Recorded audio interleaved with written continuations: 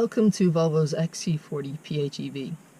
It blends generous passenger space and a practical boot with a quality interior and top-notch safety. This means you're not only buying a hugely desirable product, but one backed up with real substance. The Design trim adds seats trimmed in leather, suede, power folding door mirrors, privacy glass and multicoloured ambient interior lighting to everything you get with Momentum trim. You also get sports suspension, which gives you more controlled and ultimately more comfortable ride. The engine is a 1.5 T5 recharge PHEV. This plug-in hybrid model is worth considering for its low CO2 emissions and its ability to drive on pure battery power for around 25 miles. It's pretty quick when you put your foot down, with a 0 to 60 taking just 7 seconds. For the price tag, you get a pretty impressive powertrain and a high quality cabin. If a plug-in hybrid fits in with your lifestyle, and do a check first, this Volvo is a sound choice. Low tax rates are a bonus, but you will be plundering the options list for a few of these nice optional extras. Batteries line the car's spine, which leaves a standard car's 480 litres of boot space unaffected.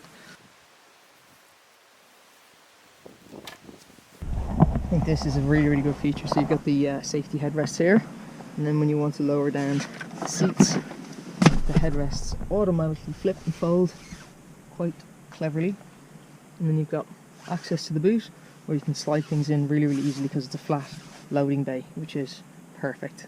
How good is that? Look at that nice little tag there, nice little Swedish sign. So what I'm going to do now is see if I can get the boot to open by waving my foot a few times, looking a little bit silly, but I'll give it a go underneath the boot.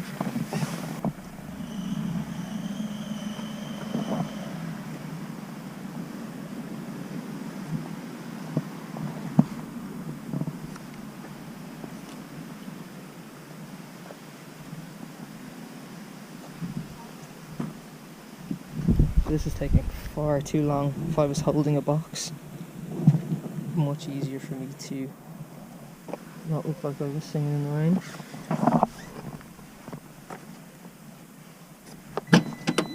Finally, there we go. Got it to open. I do like this though. Very handy. And if you're going to fit a full family of 4 with bags and stuff, you're probably going to need to get a roof rack. So, but a lot of people are doing that these days. They are pretty handy. For the majority of the use of this car for a family, dropping kids to school, it's going to be perfectly capable of doing that and getting all the school bags in.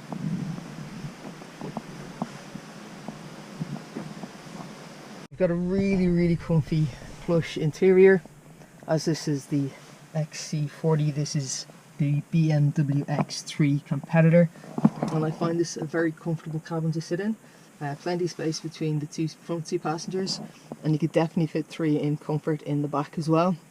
This one's optional extra of the panoramic sunroof. To add to it, there's a lot of optional extras on this. In the rear seats there are 2 heated seats, which is great. We've got the Volvo standard dash throughout the SUV range here. You've got the gear knob, which requires for every gear change, if you reverse, neutral, drive, it's always 2 pushes up, 2 pushes back, no matter what gear you want to select. A little bit frustrating, takes a bit of getting used to, but you soon do after a while. Parking brake auto hold, and then just when you want to sit it into park, you do this. It's kind of trying to be the little bit of the BMW gear lever going on there, but looks a bit odd, but it's fine. It's nice to touch. Kind of a funny looking cigarette holders, ash holder, I don't know, people still smoke. Another 12 volt max, as you do in the rear. You've got USB ports here. So yeah, wireless phone charger, which is really good. It seems to sit in place and charge. Not all of them do that. The slightest bump seems to throw them off. The only thing about these is if you have a cover, you're going to have to take the cover off because it won't charge fully. Volvo.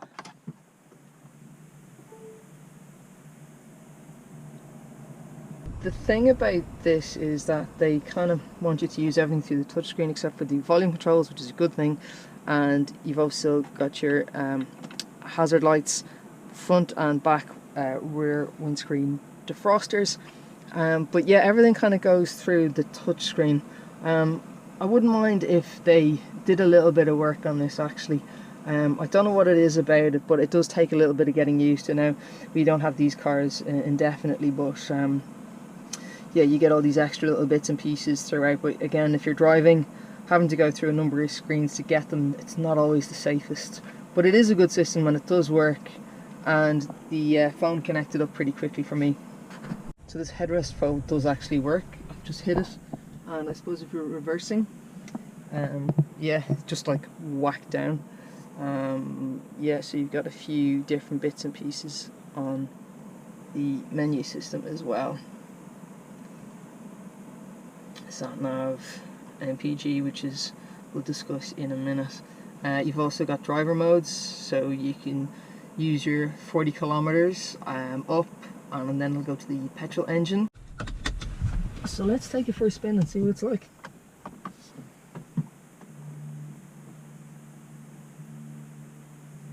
So it's extremely silent, obviously, in startup. 2 twists there for me to get going, and turn the park brake off. And here we are. No traffic information, thank you. Now here we go with the standard, how many buttons do I have to turn off before I can get going. I'm going to turn down the air so you can hear me. I'm actually going to turn it off. And usually when you get in, it's kind of setting up your phone, doing a few bits, checking you haven't left any.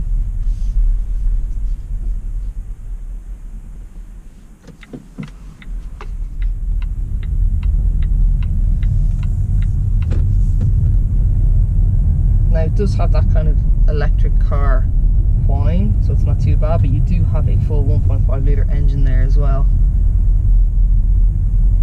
It's really nice and smooth to use on the road, so I really like the extra added height that the SUV gives, and the quality, feel and touch of all of the instruments, the cabin, everything throughout the cabin is a solid quality feel. It's difficult to be unimpressed with the powertrain in action. With all that battery assistance, the 3-cylinder motor feels like it really lives a relatively unrestrained life, but it's capable of a proper turn of pace. Volvo's claimed 7.3 seconds to 100 km per hour. It's not to be sniffed at owing to the strong reserves of the torque of the XC40. This particular car has been optioned with the 360 surround camera, which you can see on the dash there, and it shows me my surroundings, that it's safe to maneuver into a parking spot. I'd say that's a pretty decent amount of space between me and the curb. As with all plug-in hybrids, you'll pay quite a bit more upfront to get those low emissions and potential savings in petrol. However, if you're an urbanite with somewhere to charge it regularly and a friend of the environment or a company car user, the recharged T5 is well worth a look.